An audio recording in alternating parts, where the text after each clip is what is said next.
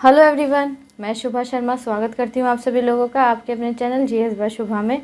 तो कैसे हैं सभी लोग? मैं आशा करती हूँ आप सभी लोग बहुत अच्छे होंगे, एकदम स्वस्थ होंगे। तो चलिए अब आज की जो हमारी पॉलिटी की क्लास है उस पर आते हैं। आप लोगों को पता ही है, ये जो क्लासेज हैं इनको हम क्विक रिविज़न वाली क्लास बोलते हैं। तो इसमें हमारा जो टॉपिक चल रहा था, हम पार्लियामेंट यानी कि संसद के बारे में पढ़ रहे थे। तो संसद के बारे में जितना रिवाइज हो सकता है या जितनी जानकारी मुझे लगा कि दे देनी चाहिए जो एग्ज़ाम पॉइंट ऑफ व्यू से इम्पोर्टेंट है, तो वो मैंने सब आपको बता दी थी। तो आज जो है हम हमारा नया टॉपिक स्टार्ट करेंगे जिसका नाम क्या है, सुप्रीम कोर्ट यानी कि उच्चतम न्यायालय, या फिर हम उसको सर्वोच्च न्यायालय भी बोल सकते हैं। तो सुप्रीम कोर्ट से रिलेटेड पहले हम जितने भी आर्टिकल्स हैं वो आर्टिकल्स के थ्रू उसको पढ़ेंगे। मतलब जहाँ जहाँ पर सुप्रीम कोर्ट के संबंधित जो भी बातें हैं जिस भी आर्टिकल में, ये नहीं है कि सीक्वेंस में ही आर्टिकल है, मतलब जहाँ भी जिस भी, चाहे वो संसद से रिलेटेड हो, चाहे वो किसी या किसी और चीज़ से, राष्ट्रपति से रिलेटेड हो, जो भी बातें सुप्रीम कोर्ट से रिलेटेड हैं उन चीज़ों को हम आर्टिकल के थ्रू पढ़ेंगे। ठीक है, फिर उसके बाद और भी चीज़ें हैं सुप्रीम कोर्ट के अंदर जो लगेगा कि हाँ पता होनी चाहिए, एग्ज़ाम में पूछी जा सकती हैं, तो वो मैं करा दूँगी। ठीक है, तो वही एक साइड हम आर्टिकल डाल देंगे और एक साइड उसकी जो विषय वस्तु है वो हम करते चलेंगे। तो जो हमारा सुप्रीम कोर्ट है वो हमारा कौन से आर्टिकल में आता है? वो आता है हमारा अनुच्छेद या आर्टिकल 124। अनुच्छेद 124। तो अनुच्छेद 124 जो है वो हमको क्या बताता है कि जो उच्चतम न्यायालय है उसकी स्थापना तथा गठन जो हमारा सुप्रीम कोर्ट है, तो उच्चतम न्यायालय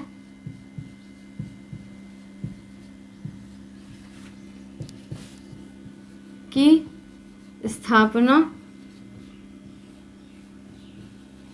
तथा गठन।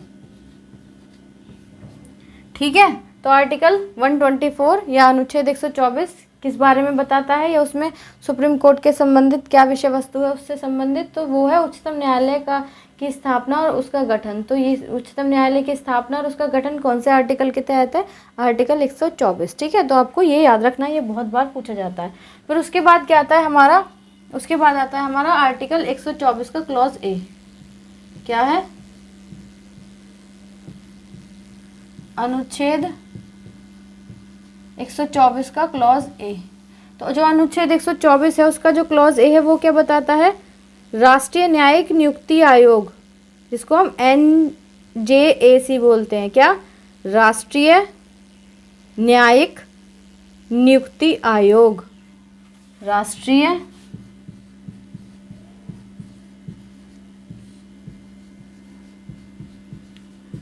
न्यायिक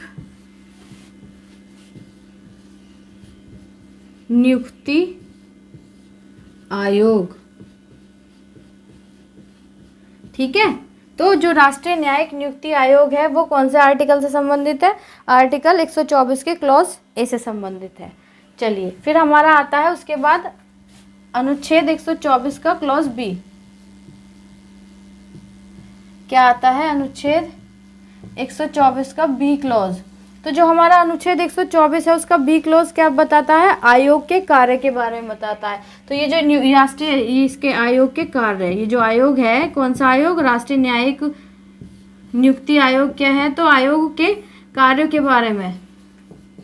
ठीक है, तो आयोग के कार्यों के बारे में, मतलब 124 किसके बारे में बता रहा है हमको? सुप्रीम कोर्ट के बारे में और उसके गठन के बारे में। फिर जो 124 का क्लॉज ए है वो क्या है? जो राष्ट्रीय न्यायिक से संबंधित, न्याय से संबंधित जो भी आयोग हैं उनकी जो नियुक्ति वगैरह होती है, तो वो आर्टिकल 124 के क्लॉज ए में आते हैं। फिर जो आयोग के कार्य हैं, अब आयोग की क्या हो गया? राष्ट्रीय न्याय नियुक्ति आयोग तो बन गया। अब आयोग के जो काम हैं वो भी तो कौन से आर्टिकल में आएंगे? तो वो कौन से आर्टिकल में आते हैं? 124 के क्लॉज बी में आते हैं। ठीक है, चलिए फिर नेक्स्ट आता है हमारा आर्टिकल 124 का क्लॉज सी। क्या आता है? अनुच्छेद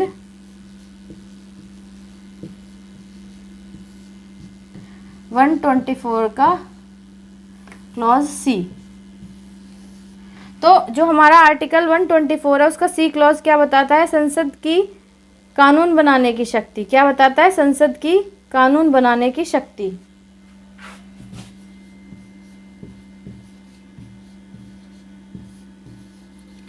संसद की कानून बनाने की शक्ति।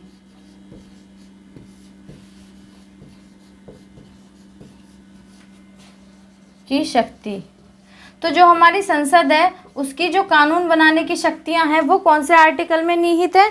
तो वो है हमारे आर्टिकल 124 के क्लॉज सी में, या अनुच्छेद 124 के क्लॉज सी में क्या है? संसद की कानून बनाने की शक्ति। ठीक है, तो आई होप इतनी बात आपको समझ आ गई होगी, क्लियर हो गई होगी। तो article 124, 124A, 124B and 124C, तो ये सब आपको अच्छे से पता चल गया होगा। ठीक है, चलिए नेक्स्ट आता है हमारा आर्टिकल 125, अनुच्छेद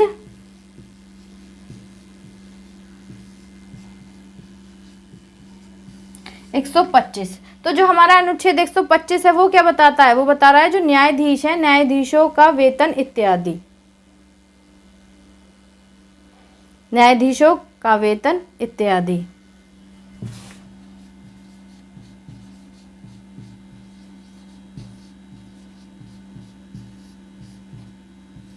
न्यायाधीशों का वेतन,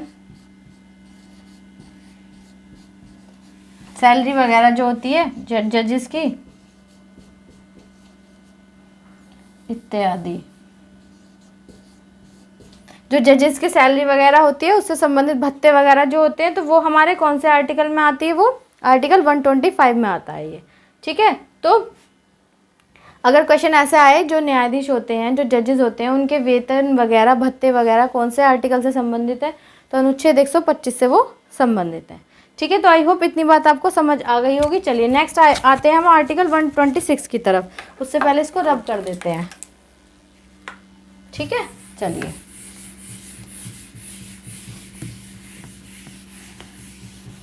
तो सुप्रीम कोर्ट से जो क्वेश्चन आएगा ना, वो तो या तो न्यायाधीश से संबंधित कि कितने न्यायाधीश होते हैं, या CJI जो चीफ जस्टिस ऑफ इंडिया होते हैं उनसे संबंधित हैं, और या फिर ये आर्टिकल्स हैं, तो इनसे संबंधित ही क्वेश्चन आता है। जुडिशियल रिव्यू वगैरह ये सब बातें होंगी, तो इन्हीं से आता है क्वेश्चन जो आता है। ठीक है, तो नेक्स्ट आता है हमारा आर्टिकल 126। क्या आता है? अनुच्छेद 126। तो अनुच्छेद 126 क्या बताता है वो जानते हैं। चलिए, तो आर्टिकल या अनुच्छेद 126,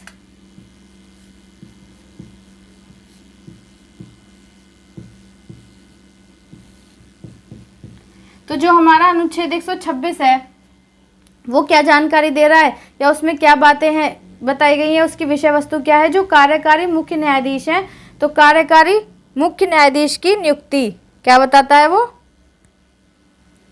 कार्यकारी मुख्य न्यायाधीश की नियुक्ति, जो कार्यकारी हैं, कार्यकारी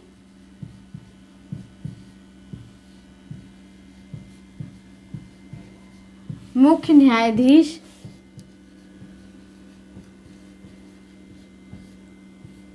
की नियुक्ति।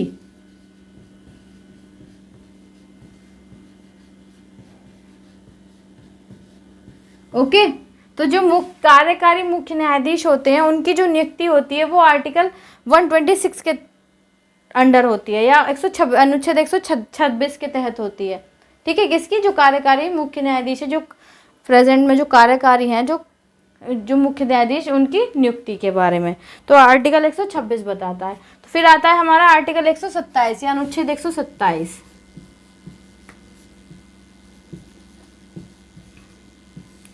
अनुच्छेद 127। सो गाइस, अनुच्छेद 127 क्या बताता है? तदर्थ न्यायाधीशों की नियुक्ति। किसकी? जो तदर्थ न्यायाधीशों की नियुक्ति, जो एकदम से होती है तदर्थ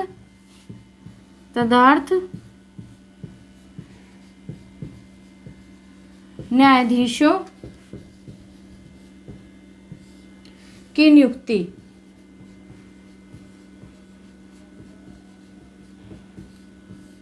ओके, किसकी? जो तदर्थ न्यायाधीश होते हैं, तदर्थ न्यायाधीशों की नियुक्ति। तो तदर्थ न्यायाधीशों की नियुक्ति कौन से आर्टिकल के तहत होती है, या उसके बारे में कौन से आर्टिकल में बताया गया इससे संबंधित? तो आर्टिकल 127 में इससे संबंधित सारी जानकारी दी गई है। ठीक है, तो आई होप इतनी बात आपको क्लियर हो गई होगी। वैसे आपको लगता होगा ना वो टेढ़ा लिख रहा है, तो कुछ तो इस बोर्ड का ये थोड़ा सा कैमरे का फ़र्क हो जाता है, बट थोड़ा मुझे लिखने में भी हो रहा है अभी प्रॉब्लम, धीरे धीरे प्रॉब्लम सॉर्ट आउट हो रही है, मतलब धीरे धीरे जब प्रैक्टिस हो जाएगी तो बिल्कुल सीधा लिखने लग जाऊंगी। ठीक है, तो प्लीज़ आप एडजस्ट कर लीजिएगा, जो समझा रही हूँ उसको समझने की कोशिश कर लो बस। फिर नेक्स्ट क्या आता है हमारा आर्टिकल 128। तो जो अनुच्छेद हमारा 128 है, क्या अनुच्छेद 128 128। तो अनुच्छेद 128 क्या बताता है, क्या जानकारी देता है? जो उच्चतम न्यायालय है, तो उच्चतम न्यायालय की बैठकों में, तो लिखो चलो,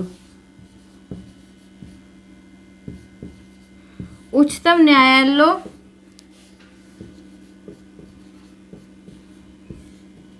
की बैठकों में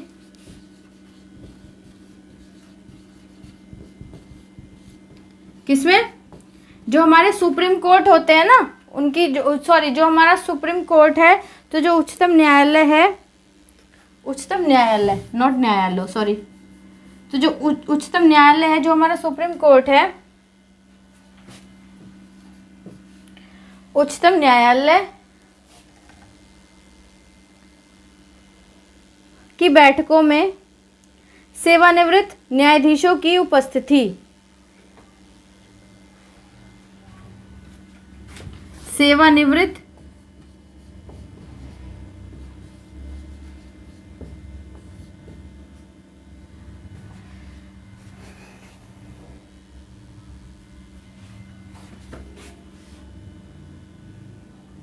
सेवानिवृत्त न्यायाधीशों की उपस्थिति।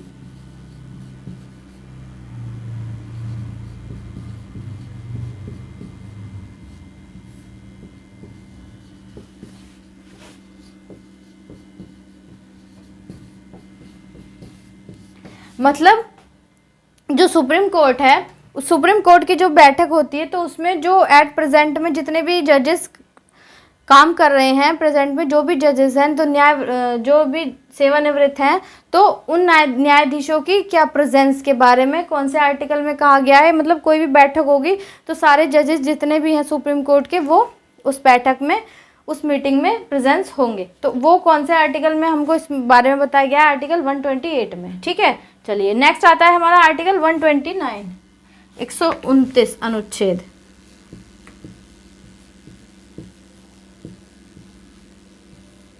अनुच्छेद 129।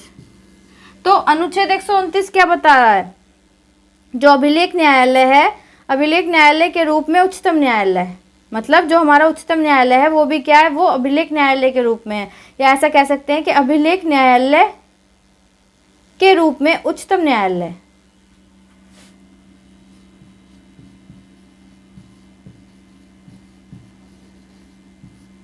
अभिलेख न्यायालय के रूप में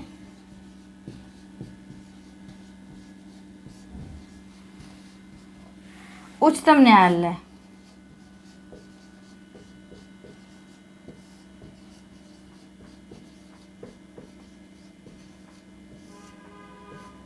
ठीक है, तो अनुच्छेद 129 क्या बता रहा है, जो अभिलेख न्यायालय है उसके रूप में उच्चतम न्यायालय, अभिलेख न्यायालय के रूप में क्या है हमारा, उच्चतम न्यायालय है। ठीक है, तो 26, 27, 28, 29। तो 26 में क्या है, जो कार्यकारी मुख्य न्यायाधीश है उसकी नियुक्ति। 127 में क्या है, तदर्थ न्यायाधीशों की नियुक्ति। 128 में क्या है, उच्चतम न्यायालयों की जो बैठकें हैं उनमें सेवानिवृत्त न्यायाधीशों की उपस्थिति। और 129 में क्या है, अभिलेख न्यायालयों के रूप में उच्चतम न्यायालय। तो आई होप ये बात आपको समझ आ गई होगी। चलिए नेक्स्ट चलते हैं आर्टिकल 130 की तरफ।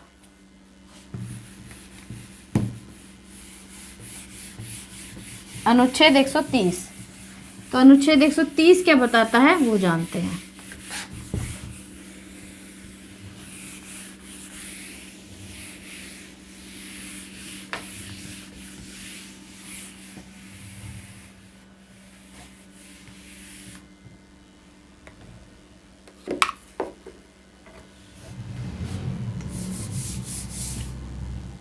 अनुच्छेद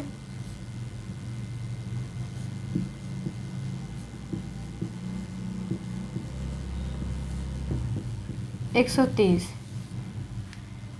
एक मिनट वेट करो।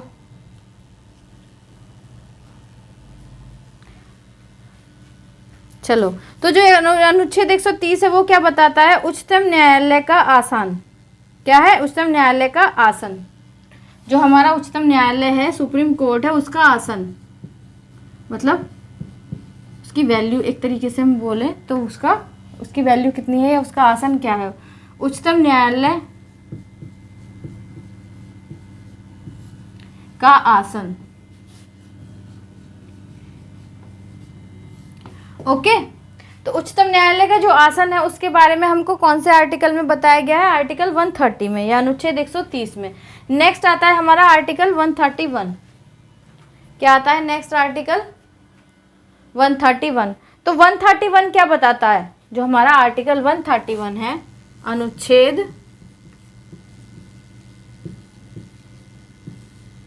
131 जो है वो क्या बता रहा है? वो जानकारी दे रहा है कि जो उच्चतम न्यायालय है उसका मूल क्षेत्राधिकार। क्या? उच्चतम न्यायालय का मूल क्षेत्राधिकार।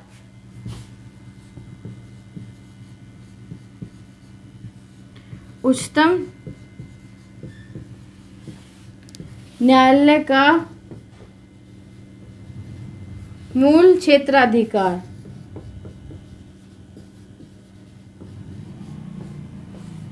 जो हमारा सुप्रीम कोर्ट है उसका जो मूल क्षेत्राधिकार है,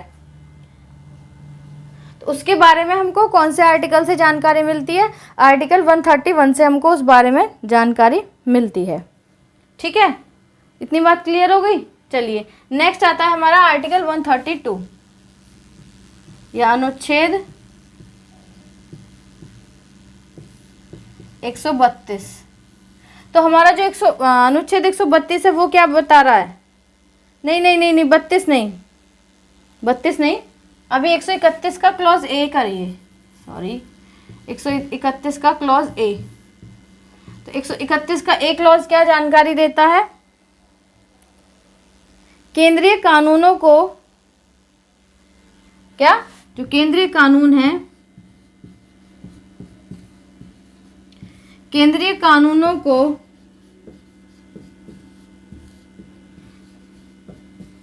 जो केंद्र द्वारा, मतलब केंद्र द्वारा जो स्थापित जो भी कानून है, तो जो केंद्रीय कानून है, केंद्रीय कानूनों को संवैधानिक वैधता से,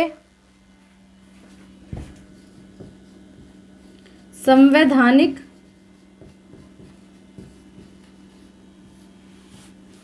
वैधता से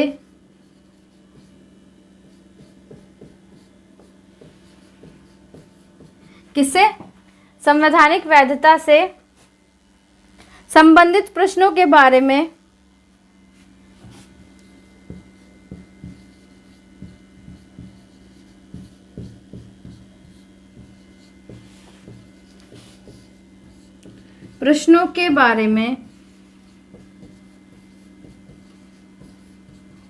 किसके बारे में? जो संवैधानिक वैधता है से संबंधित प्रश्नों के बारे में उच्चतम न्यायालय का विशेष क्षेत्राधिकार।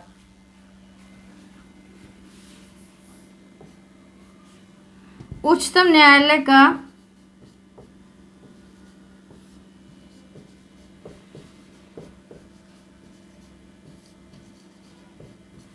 विशेष क्षेत्राधिकार।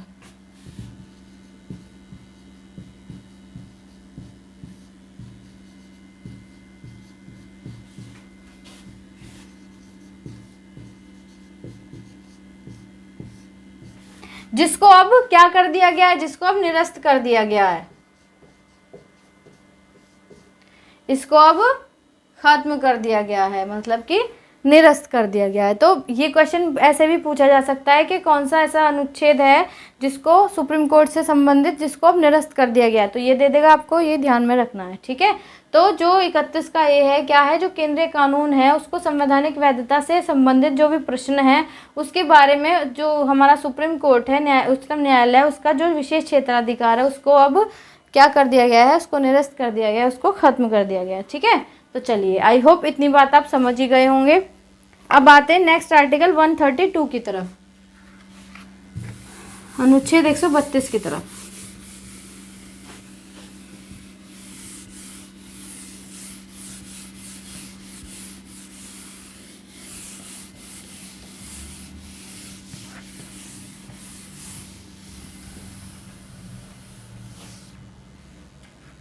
अनुच्छेद 132।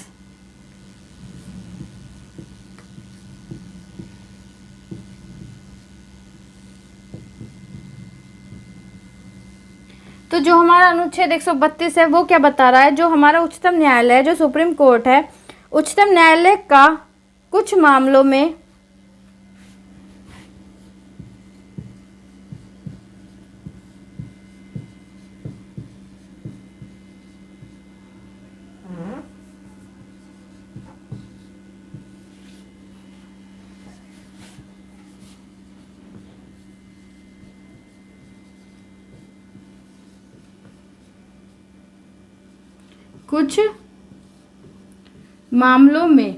कुछ मामले होते हैं, तो उनमें क्या है, उच्चतम न्यायालय का कुछ मामलों में उच्च न्यायालयों से अपील के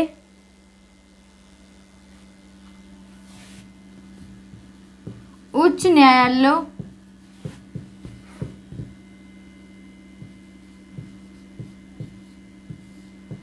किससे, जो उच्च न्यायालय हैं, जो हाई कोर्ट्स हैं, उच्च न्यायालयों से अपील के मामलों में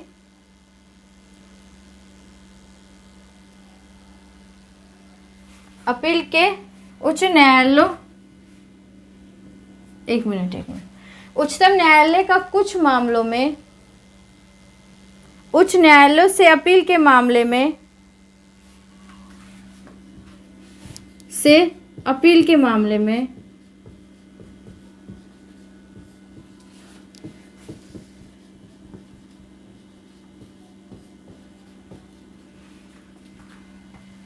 उच्च न्यायालयों से अपील के मामले में अपीलीय क्षेत्राधिकार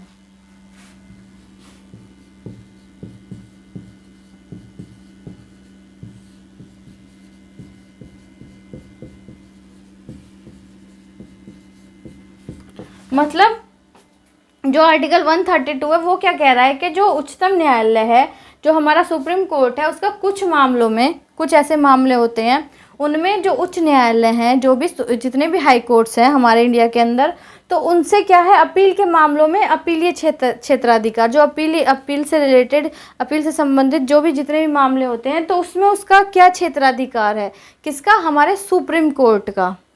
ठीक है, तो वो हमारे कौन से आर्टिकल में बताया गया है, आर्टिकल 132 में इसके बारे में बताया गया है। ठीक है, तो आई होप इतनी बात आपको क्लियर हो गई होगी। नेक्स्ट आते हैं आर्टिकल 133 की तरफ।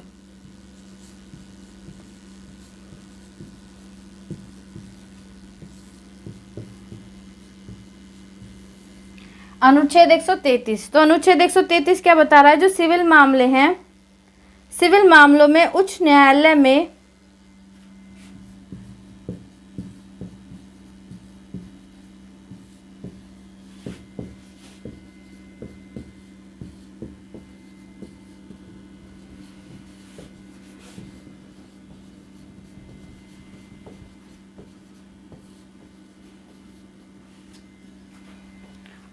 सिविल मामलों में उच्च न्यायालय में अपील से संबंधित अपील से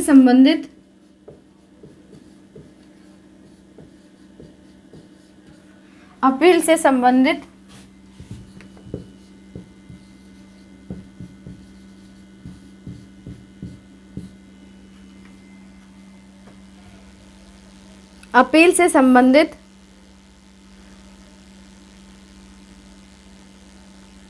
उच्चतम न्यायालय का अपीलीय क्षेत्राधिकार।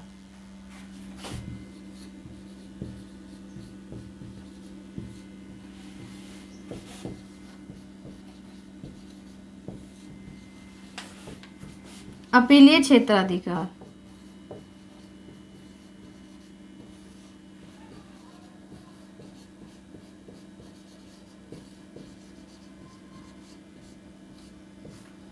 तो जो हमारा अनुच्छेद 133 है वो क्या बता रहा है, वो क्या जानकारी दे रहा है, वो हमको ये बता रहा है कि जो सिविल मामले हैं, तो सिविल मामलों में जो उच्चतम न्यायालय है, जितने भी जो भी हाई कोर्ट्स हैं, उच्चतम न्यायालयों में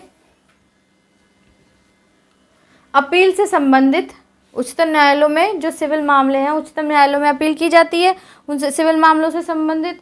तो उससे संबंधित जो उच्चतम न्यायालय है उसका जो अपीलीय क्षेत्राधिकार है, मतलब उसका अपीलीय क्षेत्राधिकार कितना है, क्या है, तो वो हमको आर्टिकल 133 के तहत पता चलता है। आर्टिकल 133 में इसके बारे में कहा गया है। नेक्स्ट आता है हमारा आर्टिकल 134, अनुच्छेद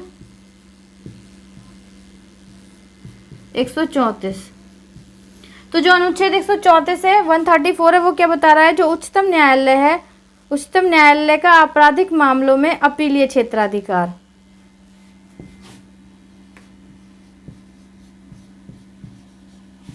उच्चतम न्यायालय का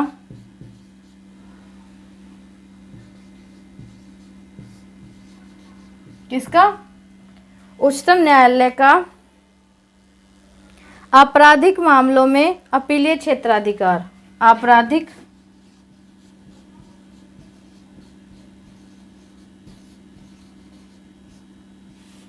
मामलों में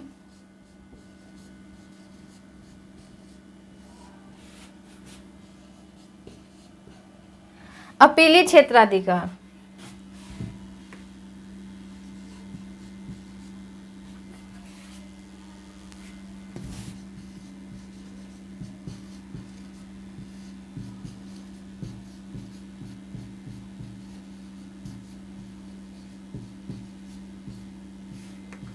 ठीक है, तो अनुच्छेद 134 क्या बता रहा है, क्या जानकारी दे रहा है कि जो हमारा सुप्रीम कोर्ट है, जो हमारा उच्चतम न्यायालय है, उच्चतम न्यायालय का जो आपराधिक मामले हैं, जो अपराध से संबंधित हैं, ये तो हो गए ऊपर सिविल से संबंधित, जो उच्च न्यायालय में अपील करते हैं, फिर उससे संबंधित जो सर्वोच्च न्यायालय के, उच्चतम न्यायालय के जो अपीलीय क्षेत्राधिकार है। बट आर्टिकल 134 में क्या है कि जो आपराधिक मामले हैं, आपराधिक अपराध से रिलेटेड जो मामले हैं, तो जो अपील करते हैं, अपीलीय जो क्षेत्राधिकार है किसके, जो सुप्रीम कोर्ट है, जो हमारा उच्चतम न्यायालय है या जो सर्वोच्च न्यायालय है, उसके जो भी हैं, तो उसके बारे में हमको आर्टिकल 134 में पता चलता है, या आर्टिकल 134 में इसके बारे में बताया गया है। ठीक है, चलिए, आई होप इतनी बात आपको क्लियर हो गई होगी। तो चलो अब नेक्स्ट चलते हैं आर्टिकल 134 के एक क्लॉज की तरफ। आर्टिकल 134 की क्लॉज ए।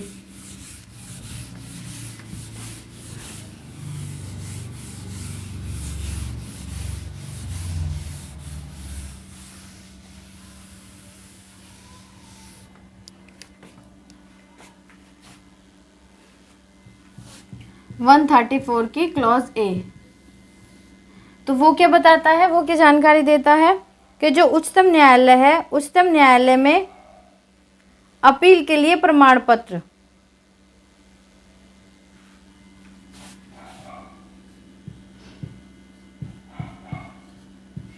उच्चतम न्यायालय में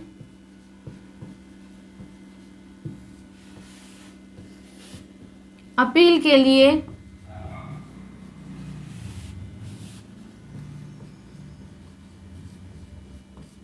प्रमाण पत्र,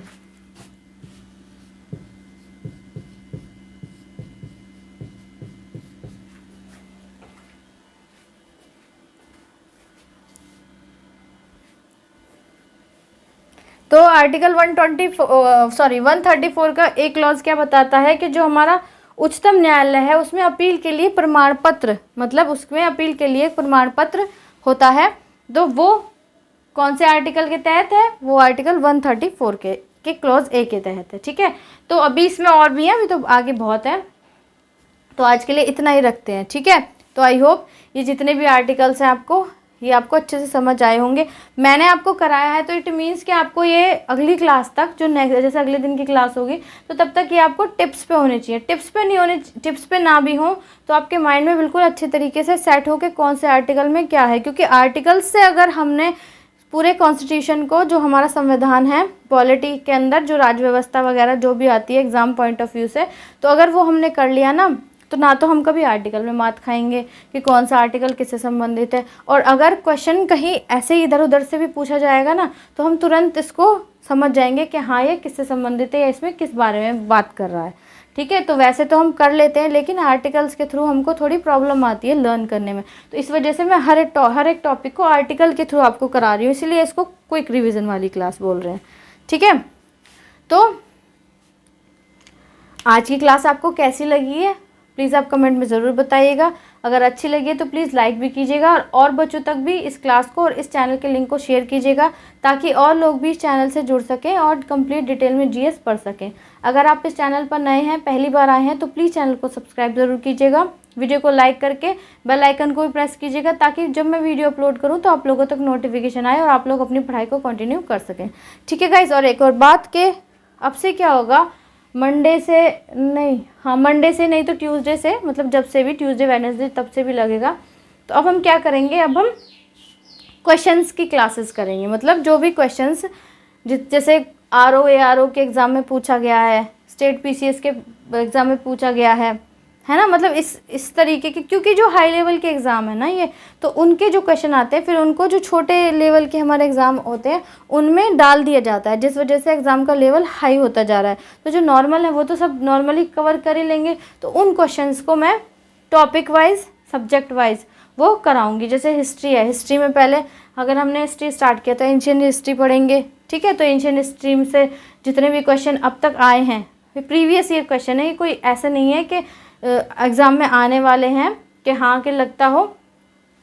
ये प्रीवियस ईयर क्वेश्चन वाली जो सीरीज़ होगी, तो पीवाईक्यू वाली सीरीज़ मंडे से ट्यूसडे से जब से भी पॉसिबल होगा, तो उसमें हम क्या करेंगे, पहले हम उसमें हिस्ट्री स्टार्ट कर लेंगे, क्योंकि ज्योग्राफी भी चल रही है, पॉलिटी में भी 2 क्लासेस चल रही हैं, एक तो आपकी जो बेसिक वाली है और एक क्विक रिविज़न वाली, तो उसमें हम हिस्ट्री स्टार्ट कर लेंगे। ठीक है, तो ऐसे करेंगे, हिस्ट्री भी साथ के साथ रिवाइज होता जाएगा, आप कवर करते जाएंगे। ठीक है, तो आज की क्लास इतनी ही है, अब मिलते हैं कल की क्लास में, तब तक के लिए थैंक यू वेरी मच।